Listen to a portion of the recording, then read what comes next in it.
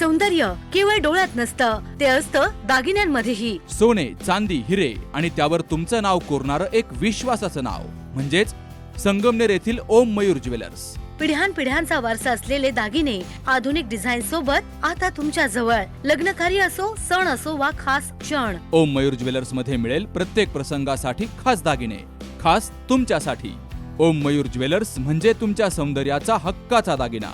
सुवर्ण बस्त्यासाठी आता कशाला नाशिक पुणे, संगमनेर मध्येच आहे आता नवनवीन दागिने. आजच भेट द्या ओम मयूर ज्वेलर्स, अशोक चौक, संगमनेर, जिल्हा अहिल्यानगर. संपर्क 9372 012 044. पोटनिवडणुकीच्या प्रचाराच्या आणि बूथ लेवलवरच्या असणाऱ्या कार्यकर्त्यांच्या बैठकीला या ठिकाणी एकत्र जमलो. खरं तर आदरणीय विखे पाटील साहेब असतील, सुजयजी असतील, आदरणीय राम शिंदेजी असतील, विक्रम पाचपुतेजी असतील, सर्व जिल्ह्याचे असणारे पदाधिकारी असतील आणि माझ्या समोर उपस्थित असणारे सर्व भारतीय जनता पार्टीचे कार्यकर्ते असतील. तुमच्यापैकी किती जणांना असं वाटतंय की आदरणीय शिवाजीराव कर्डिले यांना खऱ्या अर्थाने जर आपल्याला श्रद्धांजली द्यायची असेल तर त्या विधानसभेमध्ये प्रचंड बहुमताने अक्षय कर्डिले हे गेले पाहिजे असं किती जणांना वाटतं? सगळ्यांना वाटतंय, आनंद आहे. दोन गोष्टी फार महत्वाच्या असतात, वाटणं आणि त्यामधून जे वाटतंय त्या दिशेने जर आपल्याला ते करून घ्यायचं असेल तर नक्की काय करावं लागेल. तुमच्यापैकी राजकारणामधला अनुभव असणारे,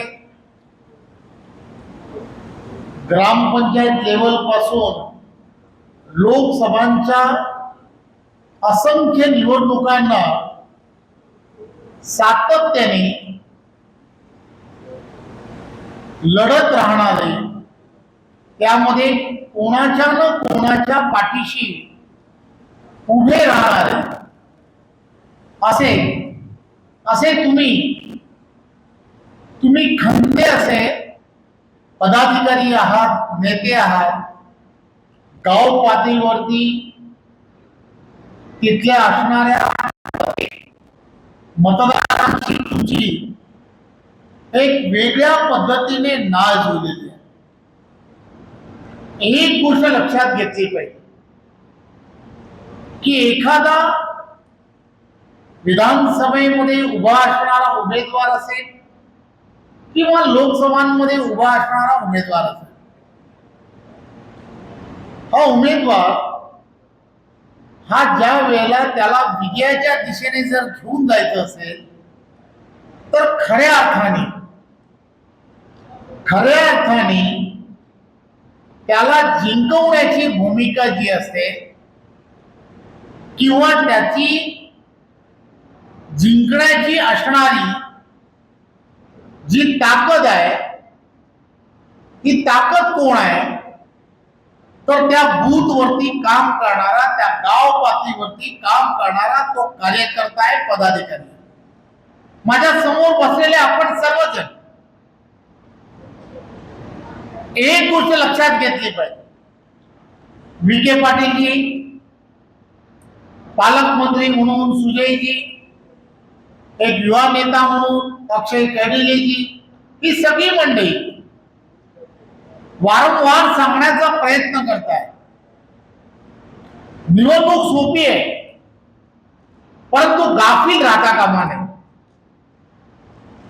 आपण सर्वजण ज्या ठिकाणी काम करता, कदाचित त्या गावामध्ये काम करत असताना त्या गावामधील असणाऱ्या, त्या प्रत्येक घरामधील असणाऱ्या त्या प्रत्येक मतदारापर्यंत आपल्याला हे सांगितलं पाहिजे, त्यांच्याशी जाऊन बसलं पाहिजे, त्यांच्याशी प्रत्यक्षात संपर्क साधला पाहिजे. 23 तारखेला होणारी पोटनिवडणूक आणि या पोटनिवडणुकीमध्ये तुम्हाला कोणत्याही परिस्थितीमध्ये आपलं अमूल्य मतदान जे आहे, हे अमूल्य मतदान 100% जाऊन केलं पाहिजे. त्या मतदानाला तो मतदार गेला पाहिजे, याची आपली असणारी एक यंत्रणा जी वर्षानुवर्ष आपण राबवतो. आपला मतदार त्या मतदान केंद्राच्या त्या बूथ मध्ये गेला पाहिजे. त्या ठिकाणी जाऊन त्याने महायुतीचे उमेदवार अक्षय कडे यांची निशाणी कमळ आहे, या कमळाच्या समोरचं बटन दाबलं पाहिजे. हे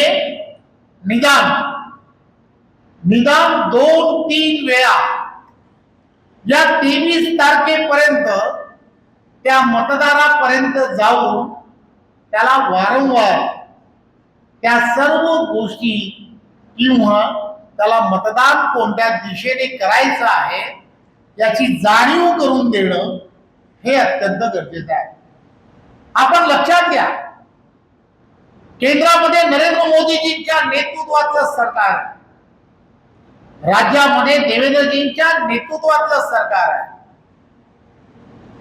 या दोघांच्या नेतृत्वातलं सरकार आणि या सरकारच्या असणाऱ्या प्रत्येक योजना, मग त्या केंद्र पुरस्कृत असतील किंवा राज्य पुरस्कृत असतील, या सर्व योजना ज्या आहेत, या फक्त ना फक्त नरेंद्र मोदीजींच्या सरकारमुळे आणि देवेंद्रजींच्या असणाऱ्या महायुतीच्या सरकारमुळे या सामान्य जनतेला मिळत आहेत. लाडकी बहीण योजना असेल, या योजनेची असणारी प्रत्येक बहीण या बहिणीला आपल्या भावाला OID च्या रूपाने हे मतदान जे आहे ते अक्षय कडीलेला आपल्याला द्यायचं आहे. हे आपण आपल्या असणाऱ्या प्रत्येक भगिनीने, माता भगिनीने त्यांच्यापर्यंत पोहोचवलं पाहिजे. इथला असणारा प्रत्येक शेतकरी, या शेतकऱ्याला सुद्धा देशाचे पंतप्रधान नरेंद्र मोदीजी यांच्या नेतृत्वामध्ये असणाऱ्या अनेक योजना, मग ती किसान सन्मान योजना असेल की ज्याचे 22 पेक्षा जास्त हप्ते हे प्रत्येक डायरेक्ट त्यांच्या अकाउंट वरती गेले, हे आपण त्यांना सांगितलं पाहिजे. एक ना अनेक योजना सांगता येतील. सौर पंपाच्या संदर्भामध्ये सुद्धा आदरणीय देवेंद्रजींच्या नेतृत्वाने केलेलं काम हे आपण लोकांपर्यंत पोहोचवलं पाहिजे.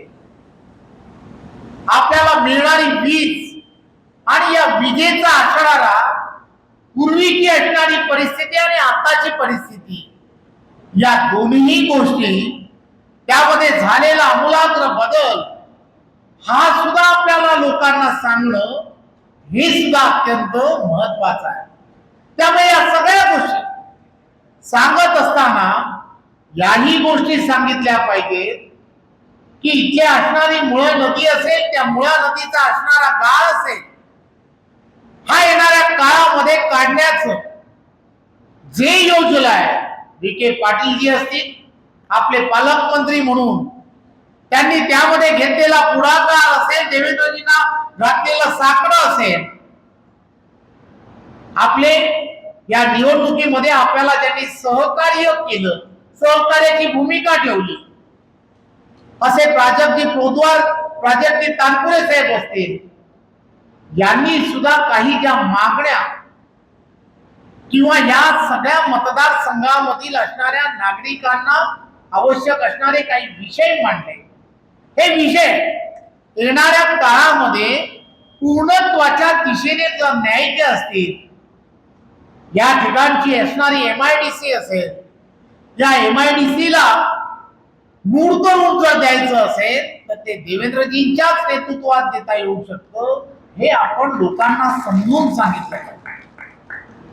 इथल्या असणाऱ्या नगरपालिका असतील, ग्रामपंचायती असतील, यांना विकासात्मक कामाला जो निधी आवश्यक आहे, हा निधी, या निधीची उपलब्धता ही जर तुम्ही आम्ही सर्वांना आवश्यक असेल, तरी सुद्धा पालकमंत्री विखे पाटील जी असतील यांच्या नेतृत्वात हे अतिशय सोपं आहे. अक्षय कर्डिले जेव्हा विधानसभेमध्ये जातील, त्यांचं पाऊल ज्या वेळेला विधानसभेमध्ये जाईल, तेव्हा या इथल्या असणाऱ्या प्रत्येक प्रश्नाला ते सरकार म्हणून जेव्हा मागणी करतील, त्यावेळेला ते सहजपणे शक्य होणार. ही भूमिका इथल्या असणाऱ्या प्रत्येक बूथवरच्या कार्यकर्त्यांनी प्रत्येक घरोघरी जाऊन, प्रत्येक घराघरामध्ये जाऊन प्रत्येकाने ती भूमिका ही त्या प्रत्येक मतदारांना सांगणं हे अत्यंत गरजेचं आहे.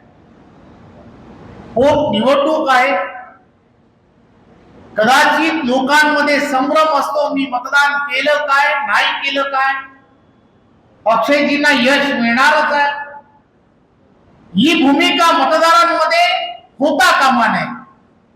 मतदार गाफील राहता कामा नये. आपल्याला कळणारं मतदान, आपल्याला होणारं मतदान, महायुतीला होणारं मतदान, आपल्या बाजूने होणारं मतदान, हे सर्व मतदार हे मतदान केंद्रापर्यंत घेऊन जाणं, ही भूमिका इथे बसलेल्या प्रत्येकाची आहे. हे आपण सर्वांनी लक्षात घ्या.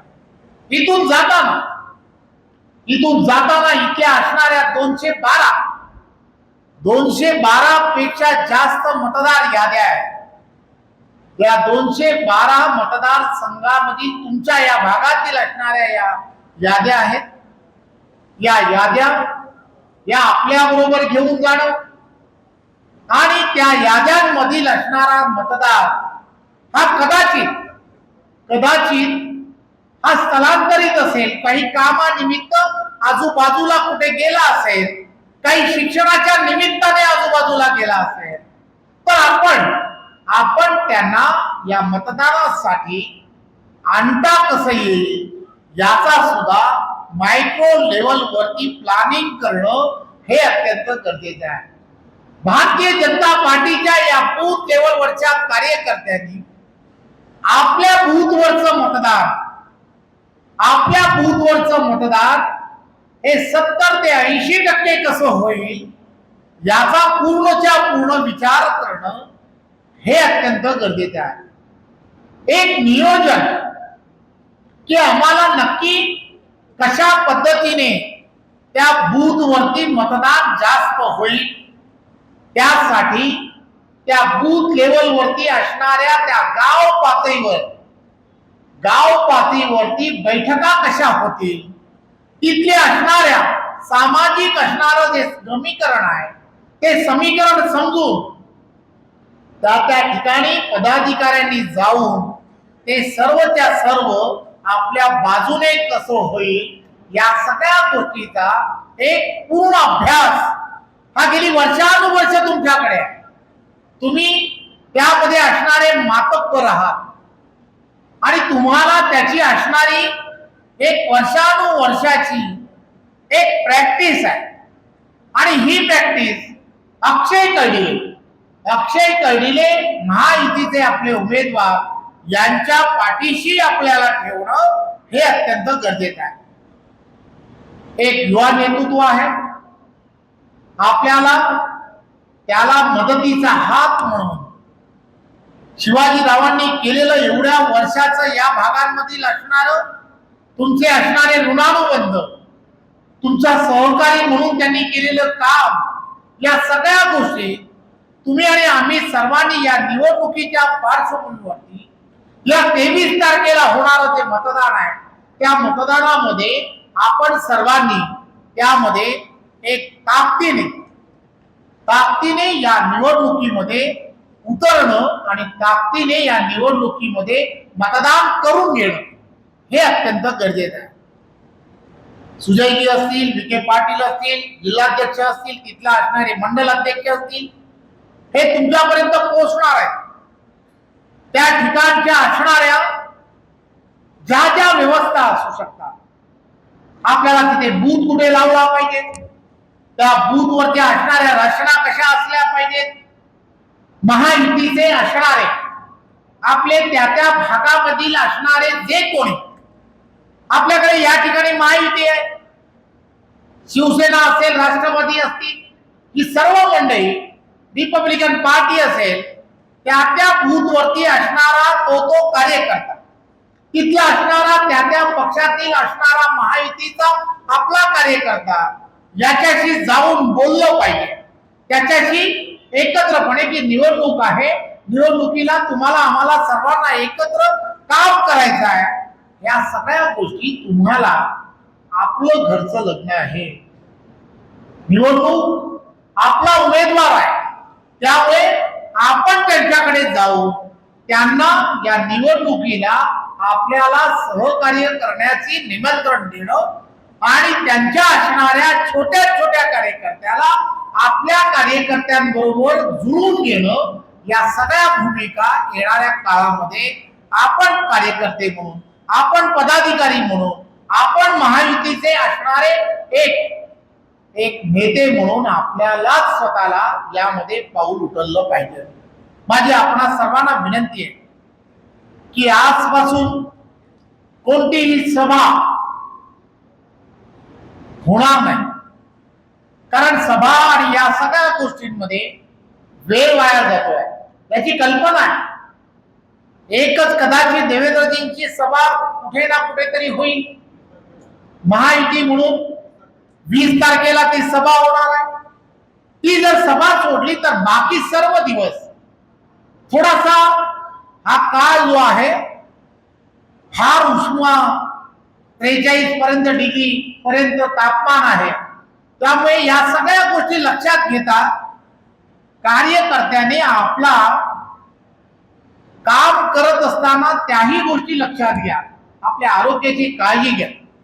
आरोग्याची काळजी घेऊन आपण संध्याकाळच्या वेळेला थोडस आपला प्रवास करून घरोघरचा जो प्रवास आहे तो जरा संध्याकाळच्या वेळेला केला तर नक्कीच त्याचा सुद्धा आपल्याला अधिक ताकदीने काम करायला सुद्धा त्याचा फायदा होईल. थोडस जास्त रात्र वेळ फिरा, परंतु ही दुपारची वेळ जी आहे तो थोडीशी विश्रांतीची घेणं, कारण असं होऊ शकतं की आपण यामध्ये जर कामाला लागलो तर कुठेतरी आजार पडण्याची शक्यता थोडीशी जास्त असते.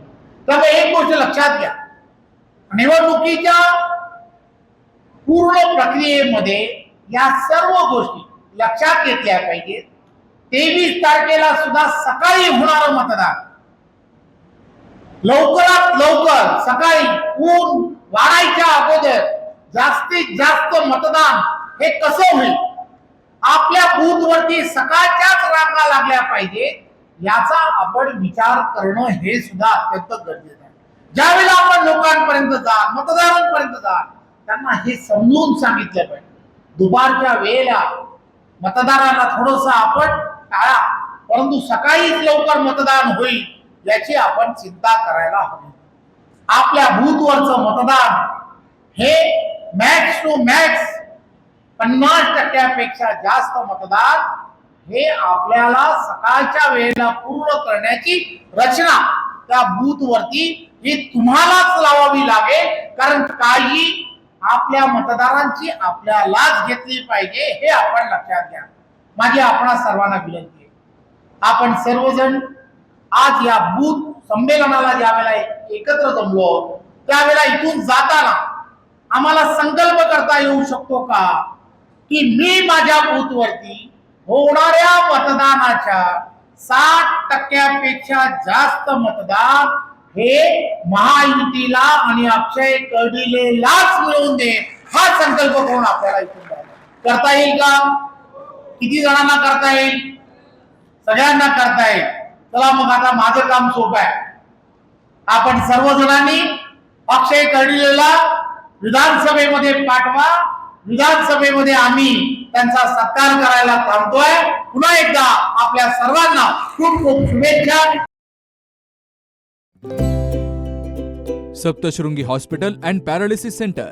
तज्ज्ञ डॉक्टर प्रभाकर खर्डे यांच्या मार्गदर्शनाखाली पॅरालिसिस, मणक्यांचे आजार, गुडघेदुखी, कंबरदुखी, मानदुखी, मायग्रेन, ॲलर्जी आणि सर्दीवर खात्रीशीर उपचार, तेही एकाच छताखाली आणि योग्य दरात.